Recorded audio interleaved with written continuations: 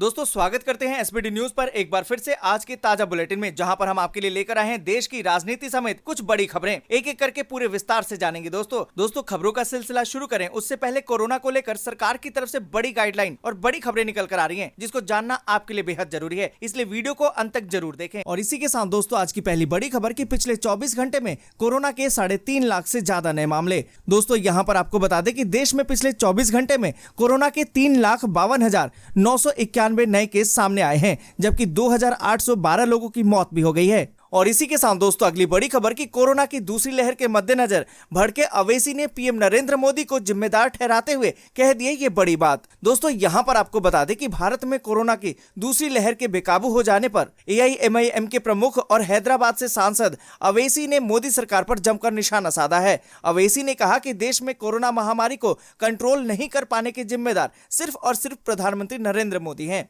और इसी के साथ दोस्तों अगली बड़ी खबर की कोरोना की दूसरी लहर से देश बेहाल। कर्नाटक में लगा 14 दिनों का लॉकडाउन, सुबह 6 से 10 बजे के बीच में ही खुलेंगी जरूरी दुकानें। दोस्तों यहां पर आपको बता दें कि कर्नाटक में कोरोना के बढ़ते मामलों को देखते हुए अगले 14 दिनों के लिए लॉकडाउन लागू कर दिया गया है। ये लॉकडाउन मंगलवार रात 9 बजे से शुरू होगा। आपको बता दें कि येदियुरप्पा सरकार ने इसे क्लोज डाउन बताया है। इस दौरान सिर्फ कंस्ट्रक्शन, मैन्युफैक्चरिंग और एग्रीकल्चर सेक्टर को ही अनुमति होगी। सीएम ने कहा कि दिल्ली और महाराष्ट्र से भी ज्यादा भयानक स्थिति अपने राज्य की है। और इसी के साथ दोस्तों अगली बड़ी खबर की राहुल गांधी का तंज, आंकड़े छिपाकर कोरोना महामारी के सच को भी मोदी सरकार ने नियंत्रित कर ही लिया। दोस्तों यहां पर आपको बता दें कि देश में कोरोना के मामले लगातार बढ़ते जा रहे हैं। लोग संक्रमण के चलते बेहाल और लाचार नजर आ रहे हैं। संकट की इस घड़ी में जहां एक तरफ बेड्स और ऑक्सीजन की किल्लत है, वहीं कोरोना के दौरान होने वाली मौतों के आंकड़ों पर भी सवाल उठ रहे हैं। कांग्रेस के पूर्व अध्यक्ष राहुल गांधी ने सोमवार को अपने ट्विटर अकाउंट पर एक ट्वीट करते हुए केंद्र सरकार पर निशाना साधा।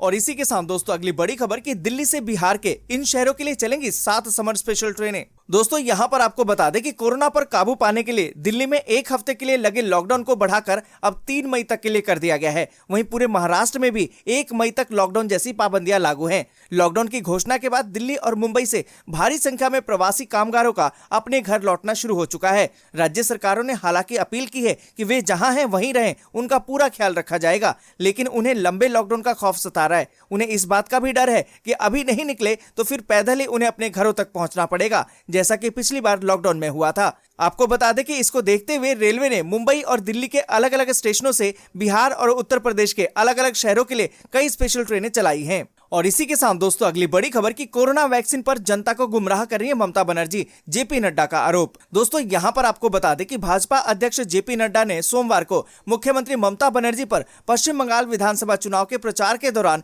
कोविड-19 रोधी टीके, बाहरी भीतरी सहित अन्य कई मुद्दों पर जनता को गुमराह करने का आरोप लगाया। उन्होंने ये भी दावा किया कि ममता बनर्जी ने भाजपा नेतृत्व के लिए अशोभनीय भाषा का इस्तेमाल भी किया है। और इसी के साथ दोस्तों अगली बड़ी खबर की गरीबों के दाह संस्कार में नहीं होगी दिक्कत, अब 5,000 रुपए देगी सरकार। दोस्तों यहां पर आपको बता दें कि अब रुपए के अभाव में किसी भी गरीब को अपनों का दाह संस्कार करने में दिक्कत नहीं होगी। ग्रामीण क्षेत्रों में अत्यधिक निर्धन और गरीब परिवारों में भूखमरी की दशा, बीमारी और मृत्यु होने पर राज्य वित्त आयोग से प्राप्त धनराशि से आर्थिक सहायता प्रदान की जाएगी। और इसी के साथ दोस्तों अगली बड़ी खबर की कोरोना संकट के बीच मायावती का ट्वीट, योगी और मोदी के लिए कही है ये बात, बीएसपी कार्यकर्ताओं से भी किया है अपील। दोस्तों यहां पर आपको बता दें कि मायावती ने ट्वीट करके कहा है कि केंद्र और यूपी सरकार ने कोरोना पीड़ितों के इलाज के लिए और ऑक्सीजन और दवाइयों की कमी को दूर करने के लिए जो भी जरूरी कदम उठाए हैं, ये एक अच्छी बात है, लेकिन वे सब जमीनी हकीकत में भी समय से लागू होने चाहिए। और इसी के साथ दोस्तों अगली बड़ी खबर कि मद्रास हाई कोर्ट ने कहा कि कोरोना की दूसरी लहर के लिए चुनाव आयोग जिम्मेदार, अधिकारियों पर दर्ज होना चाहिए हत्या का केस।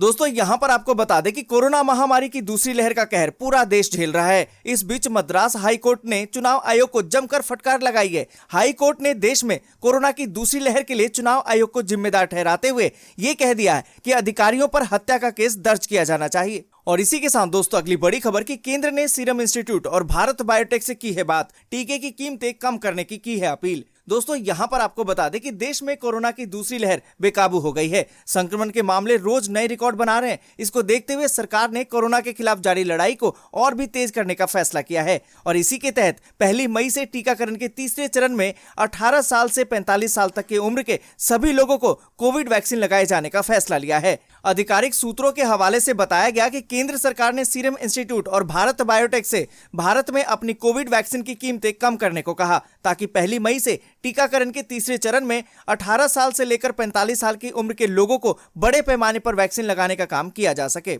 दोस्तों आगे बढ़े उससे पहले एक छोटी सी रिक्वेस्ट है, इस वीडियो को लाइक और दोस्तों के साथ शेयर करना बिल्कुल भी ना भूलें, क्योंकि आपका लाइक और शेयर ही हमारी मेहनत का फल होता है। और इसी के साथ दोस्तों अगली बड़ी खबर कि कोरोना की दूसरी लहर के मद्देनजर भड़के अवैसी ने पीएम मोदी को जिम्मेदार ठहराते हुए कह दिए ये बड़ी बात। दोस्तों यहां पर आपको बता दें कि भारत में कोरोना की दूसरी लहर के बेकाबू हो जाने के बाद AIMIM के प्रमुख अवैसी ने मोदी सरकार पर जमकर निशाना साधा है। अवैसी ने कहा है कि देश में कोरोना महामारी को कंट्रोल नहीं कर पाने की जिम्मेदारी सिर्फ और सिर्फ प्रधानमंत्री नरेंद्र मोदी की है। अवैसी ने कहा कि आपने पिछले साल लोगों को कहा था कि थाली बजाओ ताली बजाओ, उससे क्या हुआ? क्या देश में कोरोना भाग गया? और इसी के साथ दोस्तों अगली बड़ी खबर कि कोरोना की दूसरी लहर से देश बेहाल। कर्नाटक में लगा दिया गया 14 दिनों का लॉकडाउन। सुबह 6 बजे से लेकर 10 बजे तक ही खुलेंगी जरूरी दुकानें। दोस्तों यहां पर आपको बता दें कि कर्नाटक में कोरोना के बढ़ते मामलों को देखते हुए अगले 14 दिनों के लिए लॉकडाउन लगा दिया गया है। ये लॉकडाउन मंगलवार रात 9 बजे से शुरू हो जाएगा। आपको बता दें कि इस दौरान सिर्फ कंस्ट्रक्शन, मैन्युफैक्चरिंग और एग्रीकल्चर सेक्टर को ही अनुमति होगी।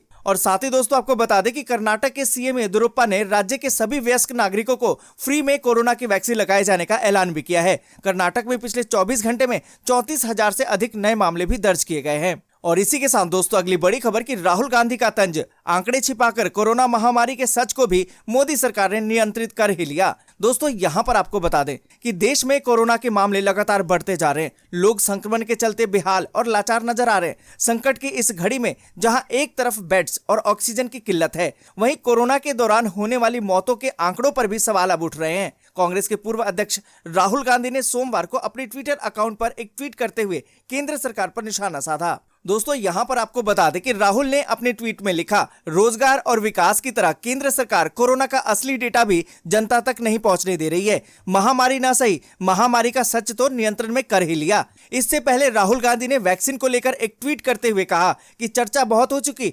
देशवासियों को वैक्सीन मुफ्त मिलनी चाहिए, बात खत्म। राहुल गांधी ने अपने ट्वीट में कहा कि मत बनाओ भारत को भाजपा सिस्टम का विक्टिम। और इसी के साथ दोस्तों अगली बड़ी खबर की कोरोना वैक्सीन पर जनता को गुमराह कर रही है ममता बनर्जी, JP नड्डा का आरोप। दोस्तों यहां पर आपको बता दें कि भाजपा अध्यक्ष JP नड्डा ने सोमवार को मुख्यमंत्री ममता बनर्जी पर पश्चिम बंगाल में चुनाव प्रचार के दौरान कोविड-19 रोधी टीके, बाहरी भीतरी सहित कई अन्य मुद्दों पर जनता को गुमराह करने का आरोप लगाया। उन्होंने यहां तक भी दावा किया कि ममता बनर्जी ने भाजपा नेतृत्व के लिए अशोभनीय भाषा का इस्तेमाल किया, जबकि भाजपा का व्यवहार राज्य की संस्कृति और विरासत के अनुकूल रहा। और इसी के साथ दोस्तों अगली बड़ी खबर कि कोरोना संकट के बीच मायावती का ट्वीट, मोदी और योगी के लिए कही ये बात, BSP कार्यकर्ताओं से भी की है अपील। दोस्तों यहां पर आपको बता दें कि देश के कई राज्य इस वक्त कोरोना संकट से जूझ रहे हैं। उत्तर प्रदेश में भी कोरोना की दूसरी लहर के कारण अस्पतालों का बुरा हाल है। गाजियाबाद से लेकर लखनऊ और गोरखपुर तक अस्पतालों में मरीजों की लंबी लाइन है। इन हालातों से निपटने के लिए मोदी और योगी सरकार लगातार प्रयास कर रही है। इस बीच उत्तर प्रदेश की पूर्व CM मायावती ने ट्वीट करके सरकार द्वारा उठाए गए कदमों की तारीफ की है। दोस्तों आज के लिए बस यहीं तक। वीडियो आपको अच्छी लगी हो तो लाइक और शेयर जरूर कर दें। अगर अभी तक आपने चैनल को सब्सक्राइब नहीं किया है तो सब्सक्राइब जरूर से कर लें।